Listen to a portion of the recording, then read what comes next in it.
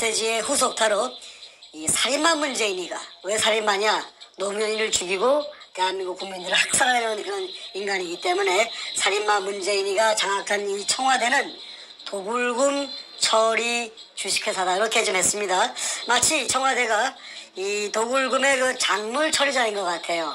작물 처리장, 그죠? 자, 우리 정세 말씀 듣고 제가 사이사이에 좀 질문을 드리거나 또 코멘트를 하거나 하겠습니다. 말씀 들어보겠습니다. 하진 않았는데 살다 보니까 별꼬라지를 다 봅니다.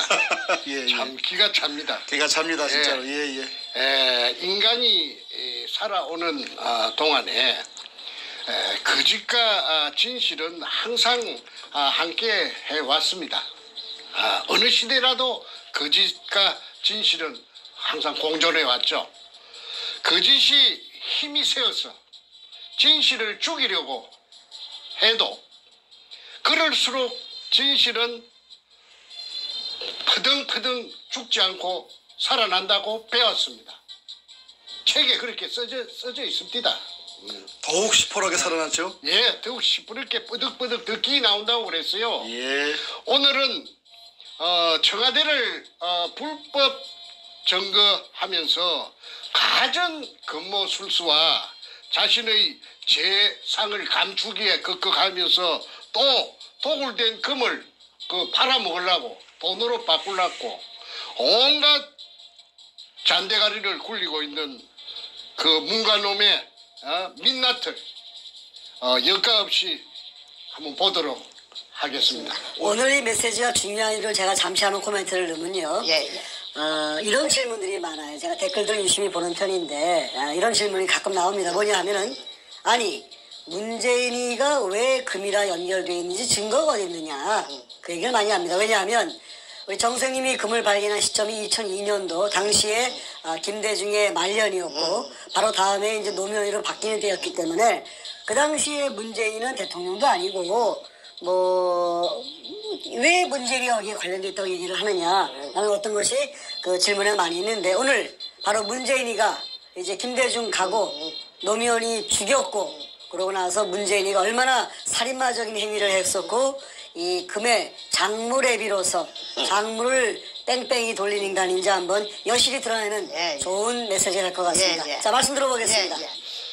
그 직접적인 증거는 뭐냐면은 제가 2018년 작년 6월 1일부터 지금까지 50여 차례 이상 그 문재인이를 금도굴의 범인이라고 맹 공격을 했습니다. 그러면은 청와대는 뭐 하는 데입니까? 청와대 대변인 김의겸이라는 그 기자 출신의 그 양반 뭐 하고 있습니까? 대통령을 금독을 범죄단에 연루된 자기 오야붕을 죽인 그 살인마라고 또 금도구를 전부 문현동 의뢰공장에 우리 선조들의 유골을 물속에 포화된 유골을 제끼고 금만 쏙 빼간 처먹은 더러운 천인공동할 더러운 인간이라고 범죄자라고 50여 차례 온 세상에다가 애쓰면은 무슨 반응이 있어야 되죠.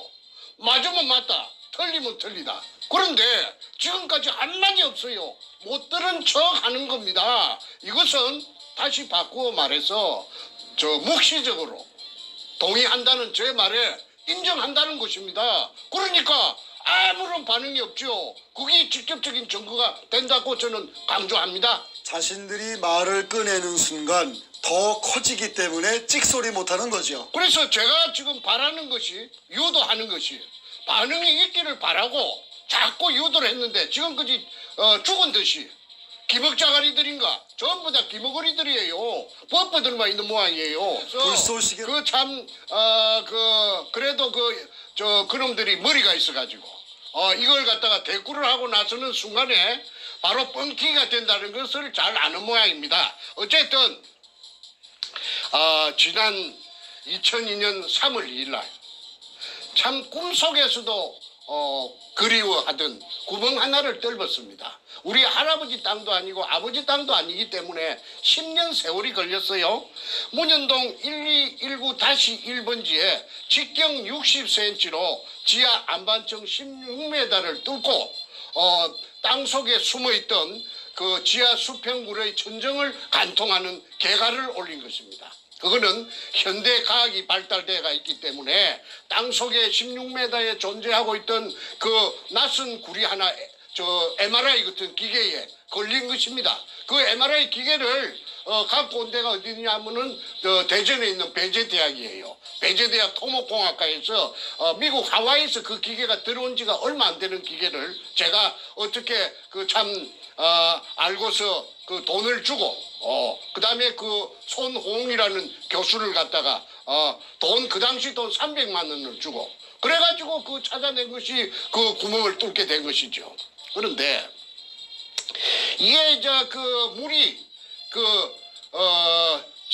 지상 17m 높이로 한 3시간 반인가 뿜었다고 제가 말했습니다. 그때 그 수압이 얼마나 세었던지 도굴단들이 선구자 방송에서 하는데 그런 사진이 여과 없이 분출하는 장면이 물기둥이 솟아오르는 장면이 있더라고요. 그런데 자기네들이 무식한 놈들이 돼서 물기둥이 솟아오르는 그 자체가 박숭이 굴이 아니라 하는 걸 나타내는 가장 중요한 증거인데도 불구하고 그걸 보여주더라고요.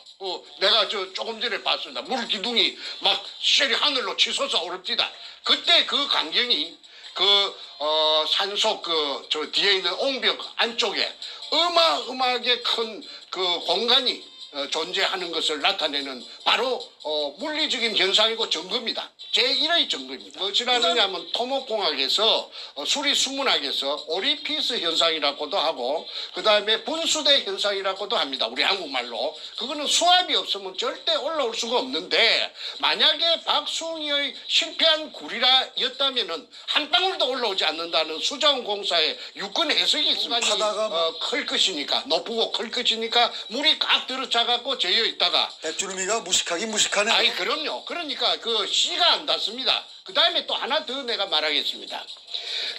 저를 사기죄로 이제 똘똘 몰아서 징역 4년을 살렸는데 그러면은 내가 사기를 갖다가 누구를 통해서 쳤습니까? 김성태라는 소도동놈 삼천포 소눈깔같이 생긴 그놈 덩치 큰 놈 그놈이 여기저기서 자기 아는 지인들에게서 돈을 구워갖고 온 겁니다.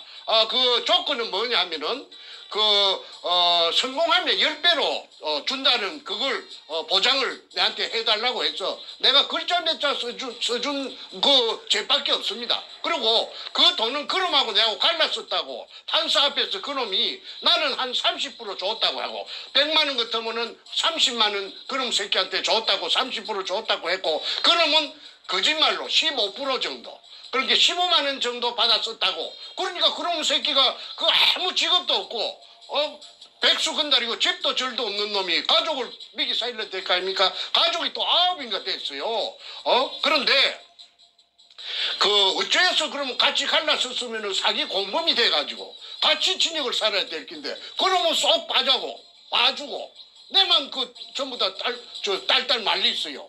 그게 자체가 이 위에서 그 당시에 노무현 참여정부의 민정수석을 하던 문재인이라는 자가 작용을 했기 때문에 검판사들이 압력에 눌려가지고 그래가지고 말하자면은 이 사건의 가해자와 피해자가 뒤바뀌고 지금까지도 저놈들은 잘 먹고 잘 살고 이제 아까 1조 5천억 백주놈이 그 다음에 김성태 8,900억 그 다음에 정문교의 거창기업 6,800억 국세청에서 세무 과표가 그리 나왔지 않습니까? 그런데도 불구하고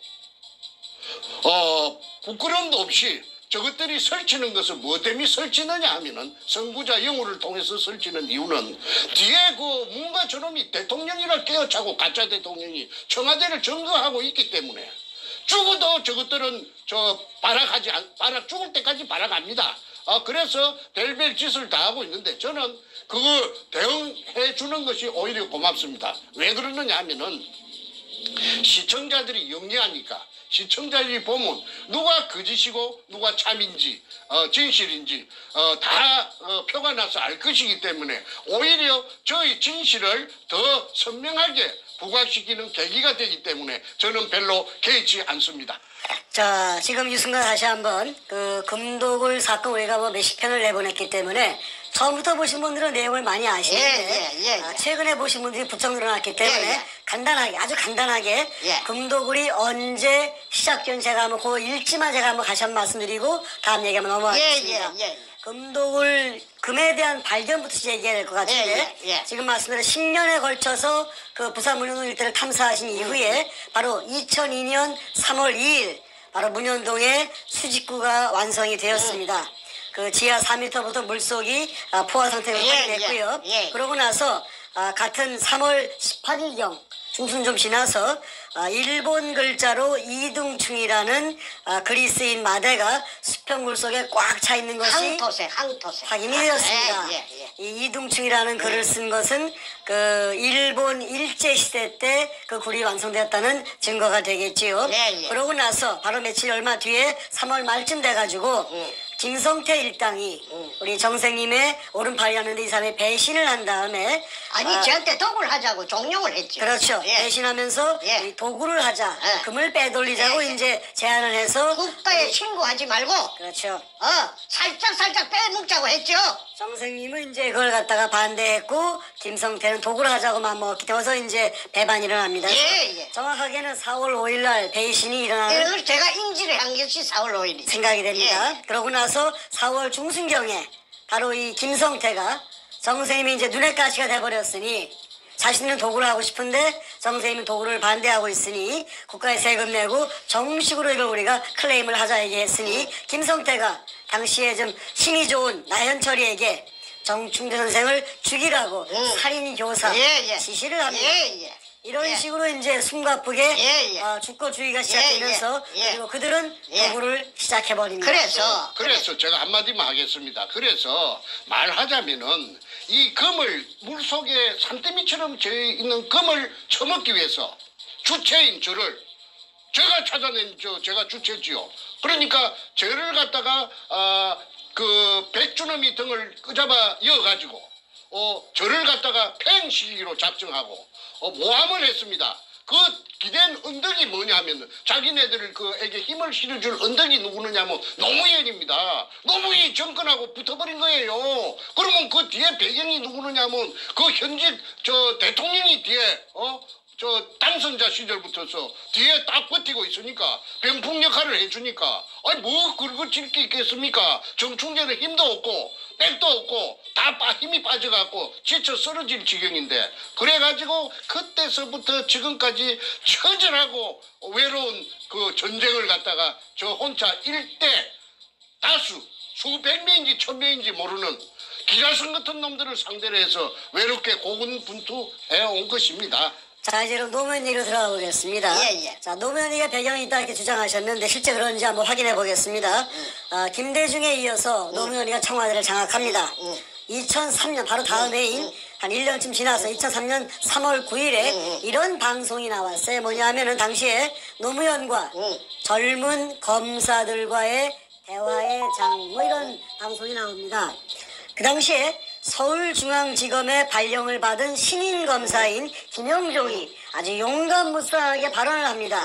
질문하는데 이런 질문을 했습니다. 노무현에게. 대통령에 취임하기 전에 전 부산 동부지청장인 박용석에게 청탁 전화를 하신 적이 있다.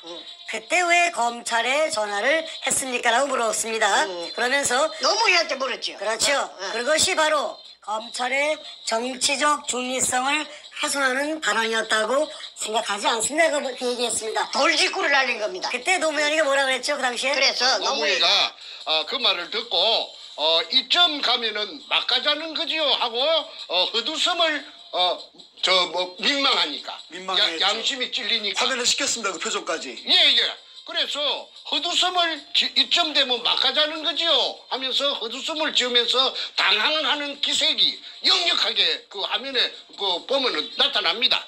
그래서 노무현이 우물쭈물 하면서 변명하기를 청탁 전화가 아니었다.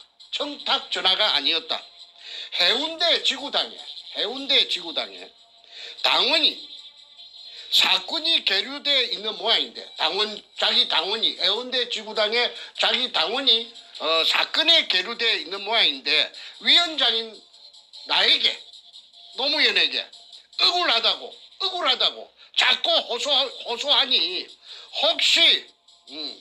혹시 지청에서 검사들이 못 다들은 얘기가 있는 것 같으니까 한번 들어주십시오 하는 취지로서 더듬더듬 우물쭈물하면서 들어주십시오 그뿐이다. 이 이야기가 전부 다 하면서 해명을 했습니다. 그거는 의식이 똑바로 bek힌 보통 사람들이라면은 뭔가 이상하다. 어째 대통령 그 당시에 취임하기 전이니까 당선자 신분으로서 시청장한테 직접 전화를 걸어가지고 자기 당원이 억울한 것이 다 못 다들은 것이니까 한번 더 들어봐 주시오 하는데 그 말하는 것이 우물쭈물하니까 뭔가를 숨긴 듯한 그런 걸 눈치챌 수가 있지요. 그때 그 화면을 갖다가 재생해서 보시면은 제 말을 갖다가 인정하실 것입니다. 그런데 저도 그 장면을 보고 저거 좀 이상한데 내가 노무현을 알기 때문에 내가 노무현을 3번 만나가지고 금도굴에 대해서 문현동에 대해서 금도굴이 아니고 문현동 보물건에 대해서 서로가 그 얘기를 했던 그런 상황이 앞전에 다 그 얘기를 장황하게 했기 때문에 오늘은 그 생략합니다. 좀 이상한데 그런데 내가 그 이후에 수사를 해달라고 진정서를 이어가지고 서경석이라는 종교깡패 목사 그게 이제 검찰에 작용해가지고 사건을 해결하도록 해주겠다고 해서 제가 진정을 해가지고 그래가지고 이제 동부지청에 수사가 시작되었습니다. 오청 특수부에서 서범중이라는 애송이 그 당시에 고대 법대 나오고 대구 놈이 있는데 뚱보가 있었어요. 그게 이제 수사를 하는데 이게 영 개판으로 하는 거예요. 이거 내 말은 인정하지 않고 자꾸 말이지 도굴단을 비호하고 말이지 사건을 비비 꼬기 시작하더라고. 6달 동안. 그런데 한 번은 수사를 받다가 화장실에 갔습니다. 이 화장실에 가서 정면을 보면서 이거 참 뭔가가 이거 뒤에서 어떤 놈이 조정하는 것 같은데 검사 새끼가 내 말을 전혀 안 들으니까 서범주의라 하는 그 대구 자식 그 자식이 안 들으니까 이거 내가 동쪽이라 하면 그 새끼는 항상 서쪽이라고 그래요. 그래서 이거 참 난감하다 싶어서 있는데 옆에서 같이 오줌 누던 누군가가 내 옆구리를 푹 찌르면서 아는 체 합디다. 그래서 히뜩 보니까 내보다 키가 작은데 아무개가 내 아는 진주에서 알던 후배예요. 그 진주지청에 무전사로 있었는데 무전사. 본래는 그 친구가 배를 타든 원양어선을 타든 무선사인데 검찰에 취직이 돼가지고 말하자면 통신을 담당하는 그런 직책이었는데 진주 검찰청에 있다가 이거 웬일이고 한게 내 요 회사로 정근 온 지가 한 1년 안 됩니까? 형님은 요게 웬일입니까? 해서 내가 그 문현동 금도굴에 대해서 내가 이야기를 했더니 그 애가 하들짝 놀라면서 하는 말이 아이고 형님이 주인공입니까? 그래 네가 어째 그래 문현동의 금도굴 사건을 아느냐 하니까 이거 우리 회사 직원들 전부 다 모르는 사람이 없습니다. 어째 모르는 사람이 없단 말이냐? 노무현이가 우리 회사 사장한테 지청장한테 박용석이한테 전화를 걸어가지고 회사는 거죠. 예. 자기네 지청을 일컬어서 회사라 하더라고. 그러면서 우리 회사 사장한테다가 전화를 한 게 노무현이 아닙니까? 내가 이제 그런 걸 모르는 줄 알고 그래 무엇을 부탁하려고 전화를 했다 하대 할게 아이고 문현동에 금도굴 형님이 주인공인 줄 나는 몰랐는데 금도굴에 타치하지 말라고 전화를 갖다가 한 걸 갖다가 우리 회사 직원 여자 직원 타이피스트까지 전부 다 전화 교환한 거지 다 압니다. 동부지청에 직원들 다 안다고 그러대.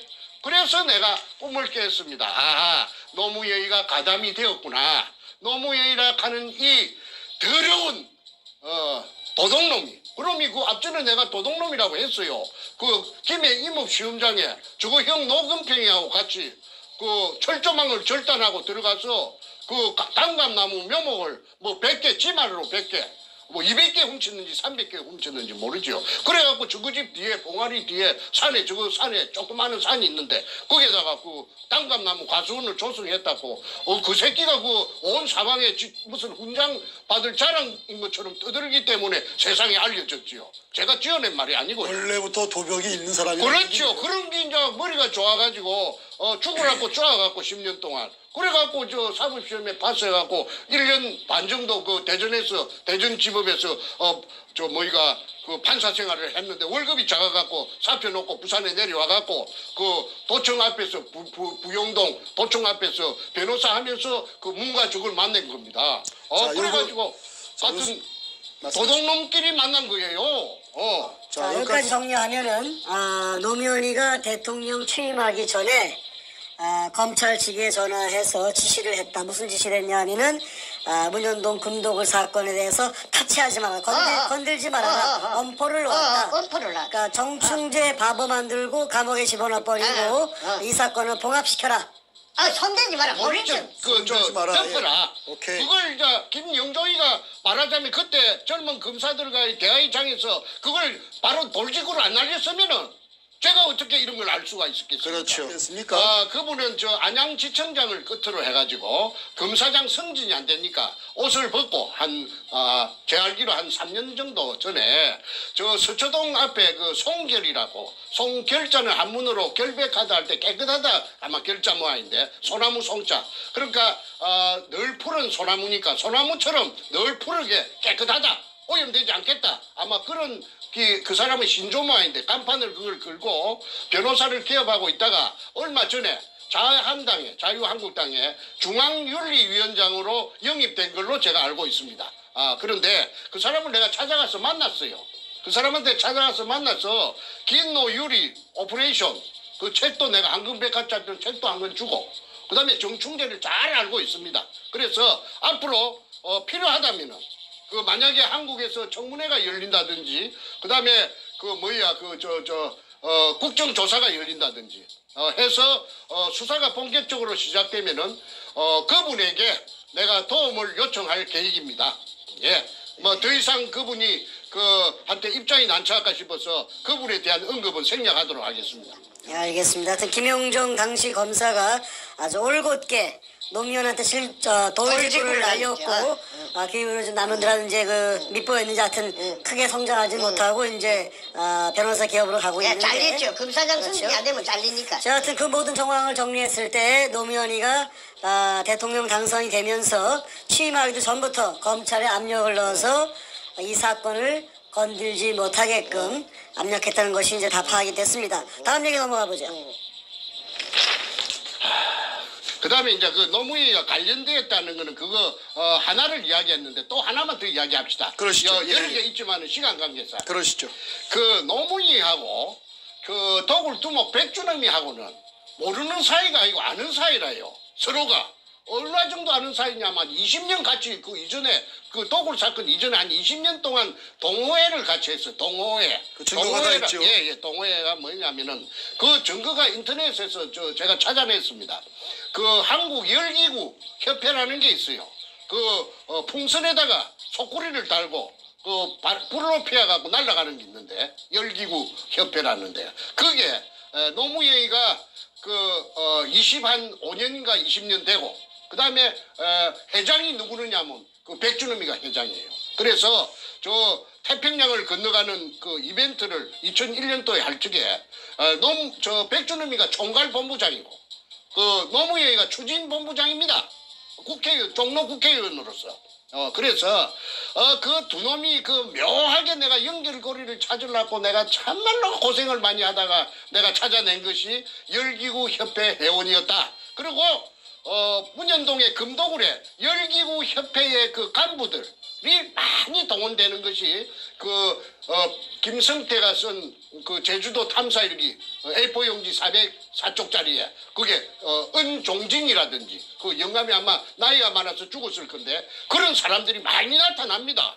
그래서 이거는 한국 땅덩어리 생기고 유사일에 처음 있는 일이라 금이 산더미같이 도심의 그 한복판에서 땅 밑에서 나타났다고 하니까 누가 믿을 사람이 있겠습니까? 그러니까 사람들이 믿지 않는 그걸 금이 나왔다는 걸 안 믿는 그것이 오늘날 저를 17년 동안 죽도록 고생시킨 그 원인입니다. 예, 그래서 앞전에 한 번이라도 이와 유사한 사건이 있었다면은 제가 그렇게 고생 안 했죠.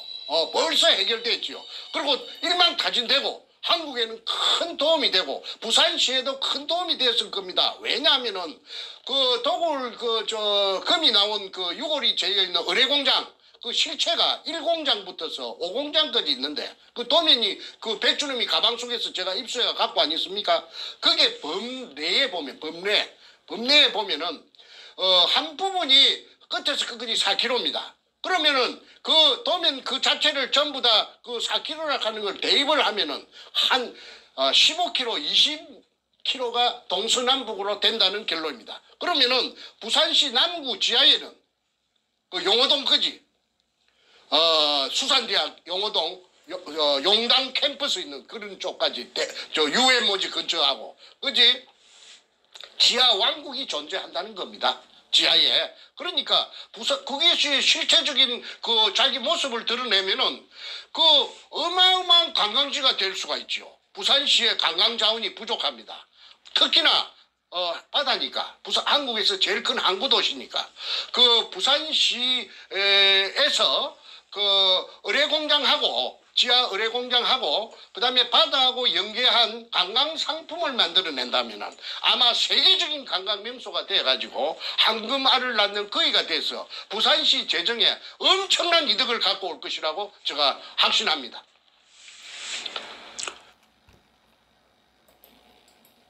조선민주주의 인민공화국 수령이라고 하는 김정일이라고 하는 놈이 결제 책상에서 무언가 결제를 하고 있고 그 옆에 그가 임명한 민주주의 인민민주주의 3.0 간첩 총독 문재인이가 부동자세로 서 있는 모습입니다.